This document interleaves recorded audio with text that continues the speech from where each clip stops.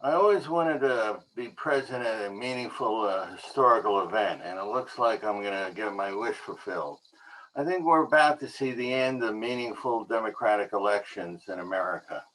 We'll still have elections, and we'll still have a flag, and still have 50 states, but we won't have meaningful democratic elections. If the Democrats can order up millions, even tens of millions of voters anytime they want, by allowing in a lot of people who haven't come in legally and are staying here illegally. And they can make them legal, and thus voters who will, I assume, be grateful to the people who let them come in and let them stay. I would be. If if this can be done, then in effect we don't have democracy in the sense that the voting is meaningful. Um, I think we're about to see this in one fashion or another.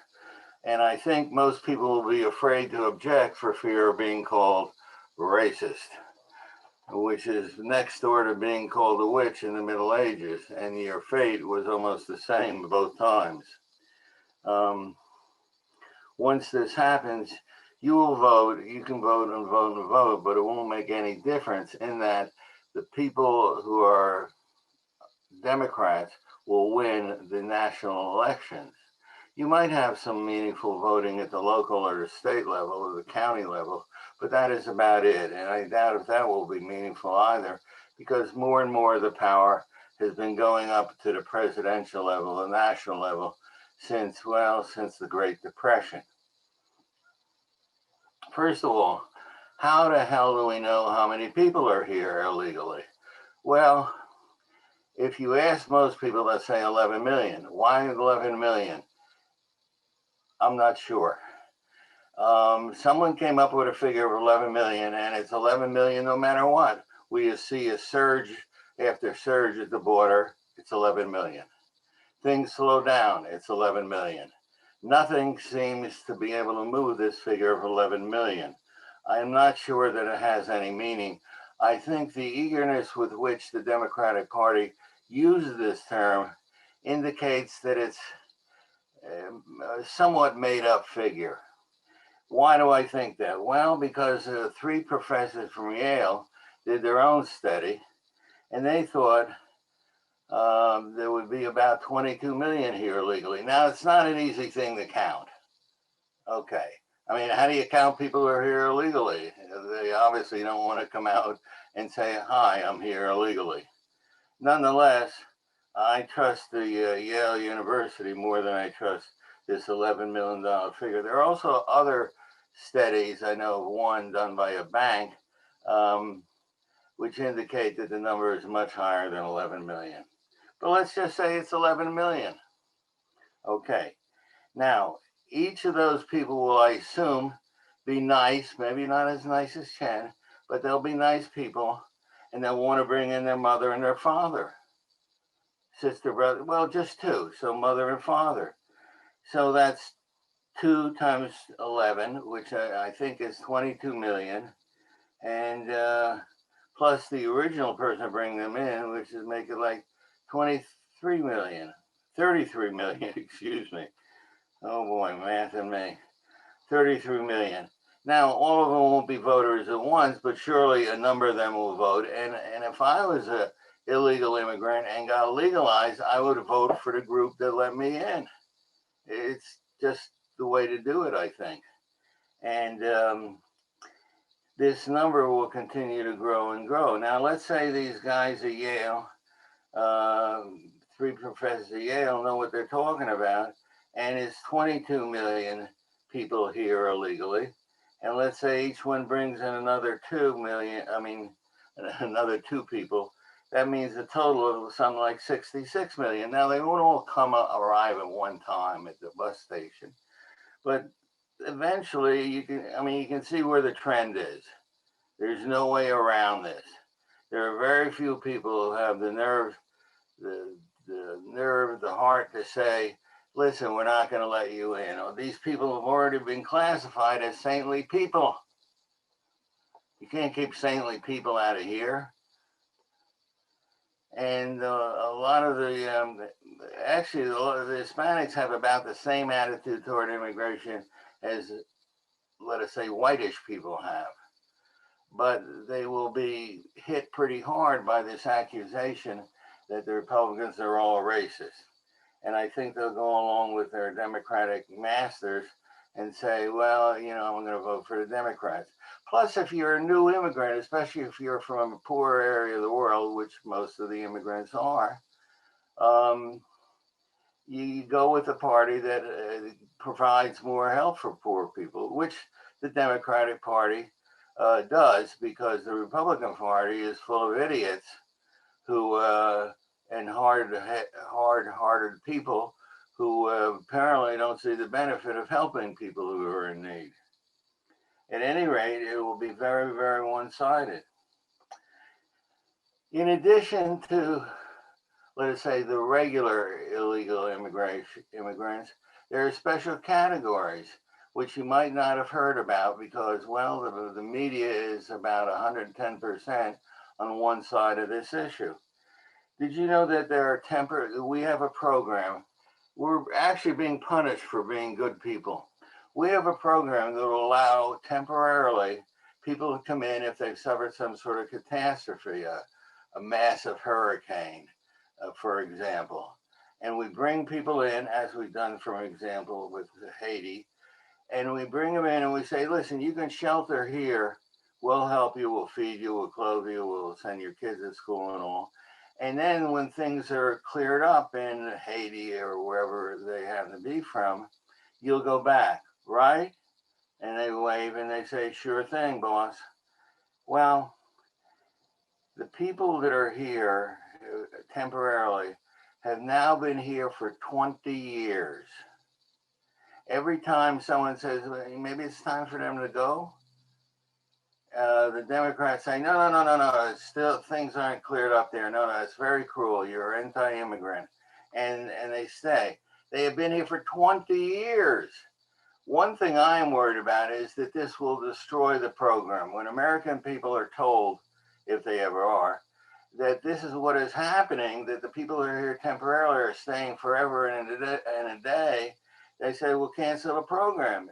And then what will we do for the next group of people who are in trouble and need a little help from their friends? Not much, I would guess. Now, the temporary refugees have been here so long that they have had children who have had children. So what are you going to do now? Split up the whole family? That's hard to do. So they are staying here, and I would suspect they're staying here forever. I believe Biden has already indicated that that is his choice. There are other people.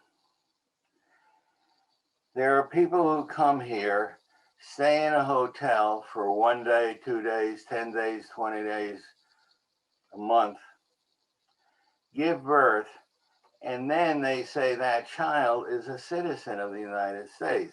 That depends on the interpretation, but I have a friend who works in welfare, and he told me about one woman who came from Spain, of all things, and she arrived in Spain on Sunday, and she came into the welfare office on Wednesday. And now she's going to say, this is my child. I want money I want food stamps. I want this and that and the other thing. And we're going to give it to her. What are we going to do? Split them up? It would take a crazy person or a very mean person to do that. On the other hand, if you don't do that, well, you know what they say about good intentions leading straight to hell. So we have that situation. And people do this all the time. They do it so often that there are specific hotels that is their main clientele. There's a Chinese hotel, there's a Turkish hotel, and generally speaking, you go to that hotel where you'll be comforted and people will speak the language, and you sort of register your child as an American citizen. You might stay in America, or you might go away, because the things are volatile in dictatorships like China and Turkey, which is a semi-dictatorship, I guess. And you might want to come back at any moment, and you can, apparently. Most of the people actually who are here illegally come in legally. They just overstay their welcome by 5, 10, 20, 30 years. Um, so far, we haven't shown the will to do anything. The only person who showed the will to do anything was President Trump, who did crack down on these things, on these situations. And you can say he's a rotten person and all that sort of thing, but if good people don't do the job, someone else will show up to do the good job. And Trump was not afraid of anyone, and maybe he should have been, but at any rate, he just saw this as corruption of a certain kind and put a stop to a lot of it. But now it has started up, and there are already people in South America who believe, quite rightly, I think, that if they make it here, they'll be allowed to stay. Now, you might not know about what happens when these people stay here. First of all, it costs us a bloody fortune. I am in New Jersey, in Freehold, a little town here, and they've already had to build more schools because of these kids who, want to go to school here. Now, the argument is sometimes made, yes, but in the long run, these immigrants will pay for themselves and more. Maybe and maybe not. In New Jersey, if you're a regular citizen, middle class citizen, whatever group, you are paying out about $18,000 per student. If, however, you're poorer, and a lot of these people are sure as hell going to be poor, that's why they're here, and you live in a place, let's say like Asbury Park, the government will now spend $28,000. $28,000 per student. And you might well be poor for a little time or a long time. So you will be eligible for, food stamps. You'll be the teaching, to teach you English, require another expense. And on and on and on the list goes here. People say, well, they'll pay it back for over a lifetime. Well, maybe not though. It's hard to imagine that someone who's here as an illegal immigrant, even if he and his wife work, are going to earn enough money to pay this back. $28,000 per child. It's highly unlikely, I think, that an illegal immigrant or semi-legal immigrant is going to get a job where he's going to be able to pay $28,000. Chen, they're not listening to me. They keep calling. Oh boy, I bet you have more control in your house. Anyway, let's say that, so it's like nearly $60,000 for just 2 children. And that money is required every year. In other words, the rest of us have to pay taxes that will equal, almost $60,000 a year. 56,000 if you want to be more precise, I suppose. At any rate, the cost will keep going. The cost to teach these people English, the cost for food stamps, the cost for just about everything in sight. I'm not saying these are bad people. They're good people. As far as I can tell, the Hispanics are the hardest working people since the Pilgrims. They're great people.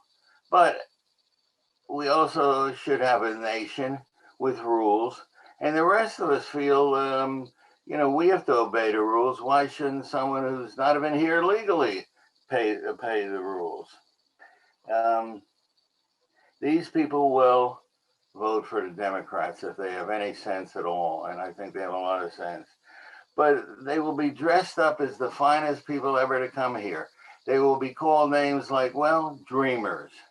Okay, these are the kids who are allowed to temporarily stay in the United States till we decided what to do with them because of an executive order by President Obama. It was a kind thing to do. Very nice. And they're called dreamers, but I wonder, are they really that nice of people? It seems to me that if they were saintly people, they would take the food, the housing, the education, the knowledge of how to live in a civic society like the United States with democracy and liberty and tolerance for other people. They would take this and go back to the poor souls they left behind and make that country into a better country instead of staying here and living high off the hog. And they will be better off than a lot of white middle class people because they are members of a government preferred minority group. We now live under a regime of constant affirmative action. This goes on like the mighty Mississippi.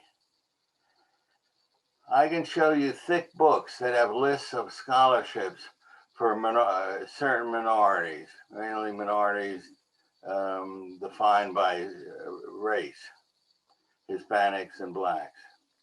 So they will be better off, and this better offness goes on through the generations. And it's even wilder than that. I happen to be for affirmative action for African Americans. I think they had a hard time here, obviously, and we owe them something special. That's okay with me. And I think it's, even if you're against it, it makes some sort of sense. They suffered here, we help them here, okay? Regardless of whether you're for or against it, it makes some sort of sense. But did you know that if you come from Kenya tomorrow morning at 9:30, you will also receive the benefits of affirmative action? And you don't even have to be an American black who suffered from slavery. You can come from one of the islands like 30 years ago, and your children will get all the benefits. They will get into schools easier than your child if you're white. There are so many scholarships. It's just unbelievable.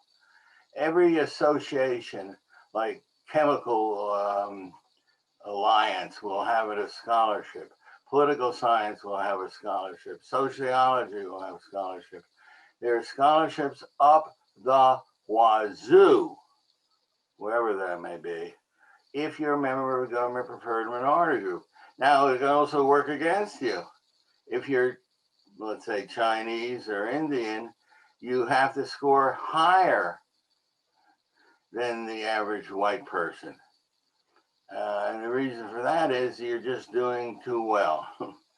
And we don't want you to be in competition with the white people, I guess, because the white people won't win enough or something like that.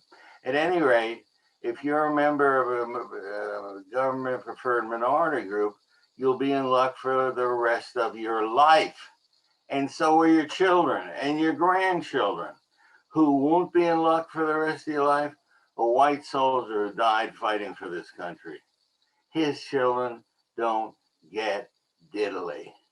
I mean, there may be an occasional scholarship, but it's not an ongoing scholarship program. Nor will they get any benefit when they go to work for someone, for big companies. The big companies are more likely to have affirmative action programs than the small corner grocery store. To me, this is wildly unfair. I suspect that a lot of the anger that we see in public nowadays comes from people. Yes, they've been lied to. Yes, they're often damn fools. Yes, they're often bigots. Yes, yes, yes, yes, and yes. But at the bottom of this, they have the feeling that they're being taken advantage of, that they're being made fools of, that the government not only doesn't think they're special, it looks down on them, and they are 100% right. They have a feeling that if one of their kids should go to college, his group, poor whites, will be mocked and ridiculed, while someone who just arrived from, Bermuda will be praised to the skies. The worst thing perhaps that will happen is that if we continue with open borders, we will drown working people forever. how can you get ahead if right behind you there's another person who will work for less? And they will always work for less. They will keep wages down. They will keep benefits down. How else can it be? You know, if you look at how Hispanics in general feel about immigration, they have the same feelings as white people, by the way. But if you get a certain benefit from it, and you can bring in your mother, father, sister, brother, whatever, you might vote for the party that will allow you to do that, even if you think it's not quite fair. I don't see how the working class can ever be better off unless something is done to stem the tide of legal and illegal immigration. It seems to me that unless the law of supply and demand was revoked while I slept, that if we had a moratorium on immigration and removed the people who are here illegally, the wages for working people would skyrocket. They'd get benefits for the first time in their lives. And the groups that would be benefit the most in the United States would be African Americans who have been here for 2 centuries.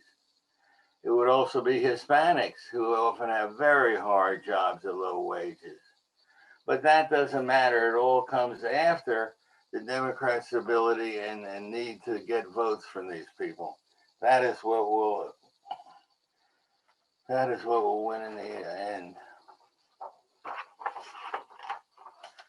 In addition, to get a little philosophical on you guys, this concept that anyone who wants to can come in, kind of negates the idea of a nation.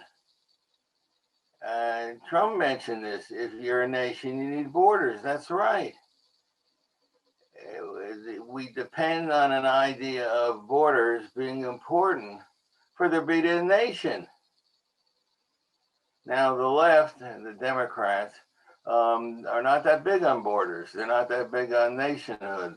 They seem to be for some sort of vague, the people of the earth, citizens of the world. Well, that's a nice concept, I suppose, and make a good musical, but I don't know if it has any pertinence to the way we live on this planet. The very concept of a nation depends on the idea of there being borders. In addition, this borderless world, which is essentially what we're talking about, takes what one person calls a wrecking ball to the concept of citizenship. Duties and rights exist between a government and a citizen. What happens to your duties and rights if there's no citizenship that's meaningful? If anyone can just plop in and say, I want this, that, and the other thing, and I don't feel like going to fighting for the country, I don't feel like sacrificing for the country. It just annihilates the idea of duties and rights. And if you want to see what that looks like, take a little tour of North Korea. It makes a fool of every white soldier who ever died for this nation. His children and his grandchildren forever and ever will be considered less than someone who came into the country illegally and has never made a contribution, has never made a sacrifice for this country.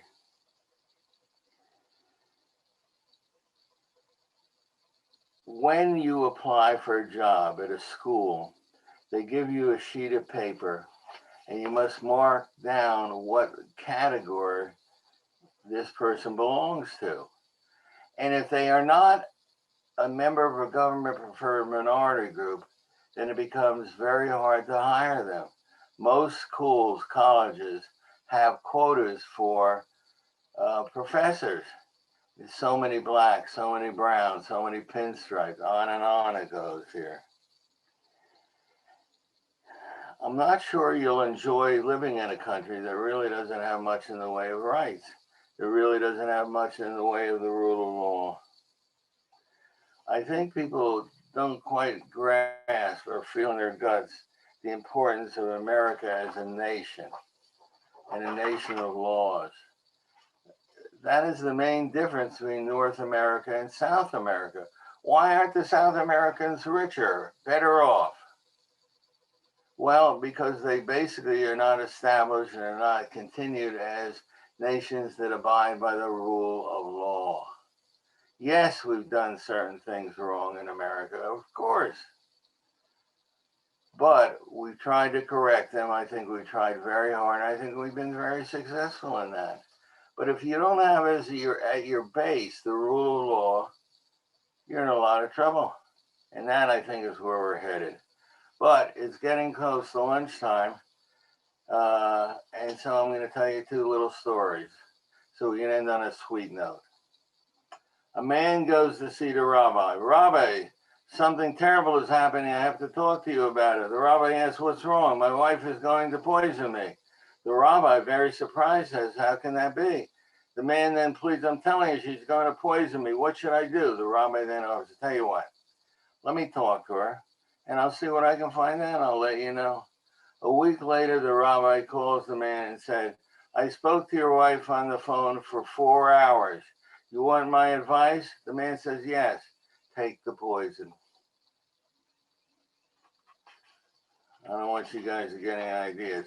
Here's another one. And if you've grown up in the East Coast, it'll make some sense. It's about a Jewish poker club. 6 retired Florida Jews were playing poker last month in the condo clubhouse when Meyer loses $500 on a single hand, clutches his chest, and drops dead at the table, a heart attack. Showing respect for the fallen comrade, the other 5 continue playing but standing up.